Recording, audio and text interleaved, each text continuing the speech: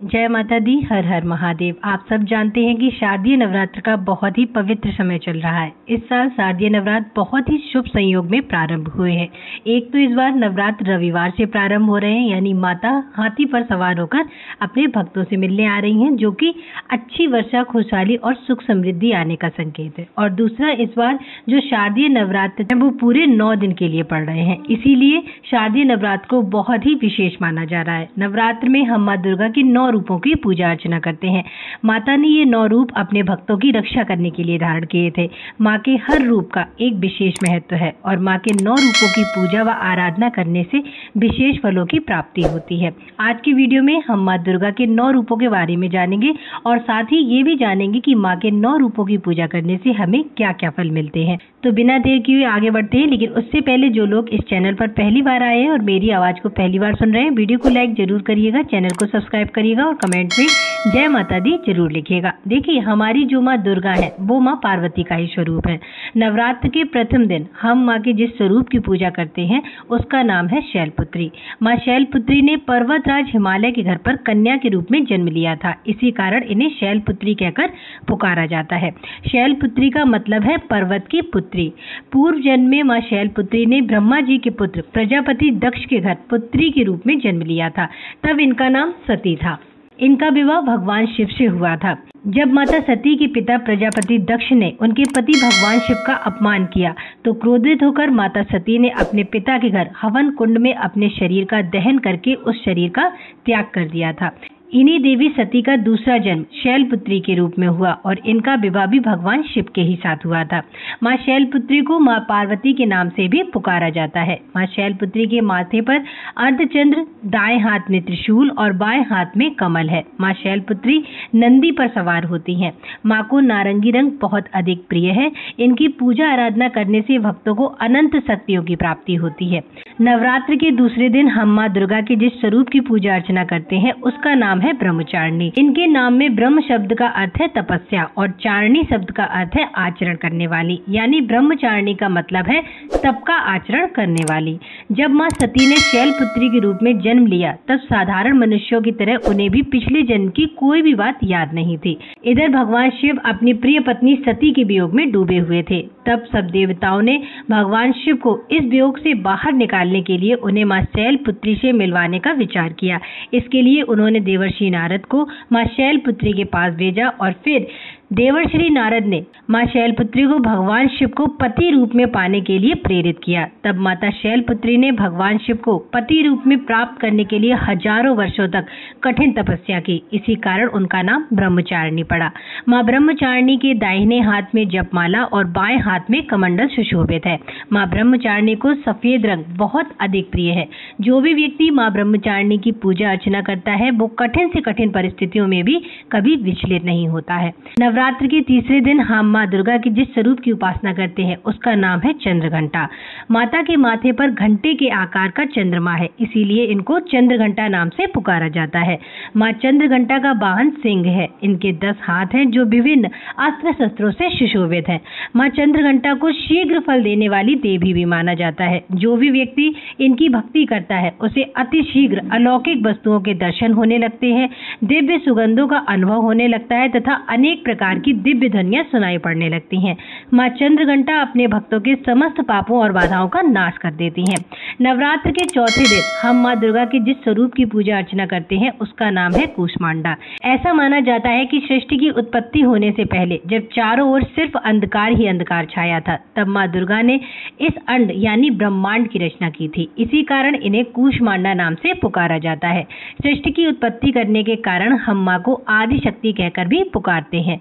माँ कूष्मांडा के शरीर की कांति और प्रभा सूर्य के समान है, क्योंकि ये सूर्य लोक के भीतर के लोक में निवास करती हैं। माँ कूष्मांडा की तेज की बराबरी कोई देवी देवता नहीं कर सकता। इस सृष्टि में जीवों और प्राणियों में जो भी तेज है वो सब माँ कूष्मांडा की कृपा से ही है। माँ कूष्मांडा की 8 भुजाएं हैं, इसी कारण इन्हें अष्टभुजा देवी भी कहा जाता है। माँ कूष्मांडा का वाहन सिंह है। इनके 8 हाथों में कमंडल, धनुष, बाण, कमल, अमृत कलश, चक्र, गदा और जपमाला सुशोभित है। संस्कृत में माँ कूष्मांडा के नाम का अर्थ जाने तो कूष्मांड का अर्थ होता है कुमेड़े यानी कद्दू। माँ कूष्मांडा को कुमेड़े की बलि बहुत अधिक प्रिय है, इसीलिए इनको कूष्मांडा कहा जाता है। माँ कूष्मांडा की पूजा अर्चना सच्चे मन से करने पर भक्तों के समस्त रोग शोकों का नाश हो जाता है और उन्हें आयु, बल और आरोग्य की प्राप्ति होती है। नवरात्र के 5वें दिन हम माँ दुर्गा के जिस स्वरूप की पूजा अर्चना करते हैं उसका नाम है स्कंद माता। भगवान कार्तिकेय को स्कंद भी कहा जाता है, इसलिए भगवान स्कंद की माता होने के कारण माँ को स्कंद माता कहा गया है। स्कंद माता की गोद में भगवान कार्तिकेय जी बैठे हुए हैं। इनकी 4 भुजाएं हैं। इनकी जो ऊपर वाली दाहिनी भुजा है उसमें स्कंद माता ने अपने पुत्र स्कंद को गोद में लिया हुआ है और पीछे वाली भुजा में कमल का फूल सुशोभित है। माँ स्कंद माता की बाएं तरफ की ऊपर वाली भुजा वर मुद्रा में है, नीचे वाली भुजा में इन्होंने कमल पुष्प धारण किया हुआ है। माँ स्कंद माता कमल के पुष्प पर विराजित होती हैं, इसलिए इन्हें पद्मासना भी कहा जाता है। इसके साथ ही स्कंद माता सिंह की सवारी करती हैं। जब हम माँ स्कंद माता की पूजा करते हैं तो भगवान स्कंद की भी पूजा स्वयं ही हो जाती है। स्कंद माता का पूजन अर्चन करने से संतान सुख की भी प्राप्ति होती है। नवरात्र के 6ठे दिन हम माँ दुर्गा के जिस स्वरूप की पूजा करते हैं उसे कात्यायनी नाम से जाना जाता है। प्राचीन काल में कत नामक एक ऋषि थे जिनके पुत्र का नाम कात्य था और इन्हीं कात्य ऋषि के गोत्र में ऋषि कात्यायन का जन्म हुआ था। ऋषि कात्यायन माँ भगवती को पुत्री रूप में प्राप्त करना चाहते थे, इसलिए उन्होंने कई वर्षों तक माँ भगवती को पुत्री रूप में प्राप्त करने के लिए कठिन तपस्या की थी। जब महिषासुर का वध करने के लिए त्रिदेवों यानी ब्रह्मा, विष्णु, महेश ने अपने तेज से माँ दुर्गा को उत्पन्न किया, तब सर्वप्रथम महर्षि कात्यायन ने ही माँ दुर्गा की पूजा की थी।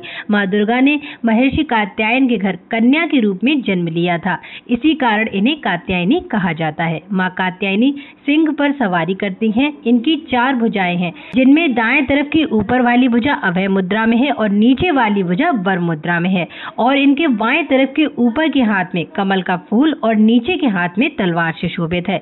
माँ कात्यायनी की पूजा करने से धर्म, अर्थ, काम और मोक्ष की प्राप्ति होती है। नवरात्र के 7वें दिन हम माँ दुर्गा के जिस स्वरूप की पूजा अर्चना करते हैं उसे कालरात्रि के नाम से पुकारा जाता है। माँ कालरात्रि के शरीर का रंग घने अंधकार के समान काला है। इनके केश बिखरे हुए हैं, साथ ही इनके 3 नेत्र हैं। माँ कालरात्रि की नासिका से अग्नि की भयंकर ज्वालाएं निकलती हैं। माँ कालरात्रि गधे की सवारी करती हैं और इनकी 4 भुजाएं हैं, जिसमें से दाहिनी तरफ की ऊपर वाली भुजा वर मुद्रा में है और नीचे वाली भुजा अभय मुद्रा में है। माँ के बाएं तरफ की ऊपर वाली भुजा में खड्ग है और नीचे वाली भुजा में लोहे का कांटा है। माँ कालरात्रि का स्वरूप अत्यंत भयानक है, लेकिन माँ कालरात्रि अपने भक्तों को हमेशा शुभ फल प्रदान करती हैं, इसीलिए इन्हें शुभंकरी भी कहकर पुकारा जाता है। जितनी भी नकारात्मक शक्तियां हैं, दानव, दैत्य, भूत, प्रेत आदि, इनके नाम का स्मरण करने मात्र से ही डरकर दूर भाग जाते हैं। जो व्यक्ति माँ कालरात्रि की भक्ति करता है उसे अग्नि भय, जल भय, रात्रि भय और शत्रु भय कभी नहीं सता पाता है। नवरात्र के 8वें दिन हम माँ दुर्गा के जिस स्वरूप की उपासना करते हैं उन्हें महागौरी कहा जाता है। माँ का वर्ण पूर्ण रूप से गौर है। इनकी गौरता की उपमा शंख, चंद्र और कुंद के फूल से दी जाती है। इनके समस्त वस्त्र और आभूषण भी श्वेत हैं। कठोर तपस्या के माध्यम से माँ ने महान गौरव प्राप्त किया था, इसीलिए माँ के इस रूप को महागौरी कहकर पुकारा जाता है। इनकी 4 भुजाएं हैं, जिनमें से ऊपर वाला दाहिना हाथ अभय मुद्रा में है और नीचे वाले दाहिने हाथ में त्रिशूल है। ऊपर वाले बाएं हाथ में डमरू सुशोभित है, नीचे वाला बायां हाथ वर मुद्रा में है। माँ पार्वती ने भगवान शिव को पति रूप में प्राप्त करने के लिए जब कठोर तपस्या की थी तो इनका रंग काला पड़ गया था। तब भगवान शिव ने माता पार्वती के शरीर को गंगा जल से मलकर धोया, जिसके बाद माँ गौरी का शरीर विद्युत के समान कांतिमान हो गया।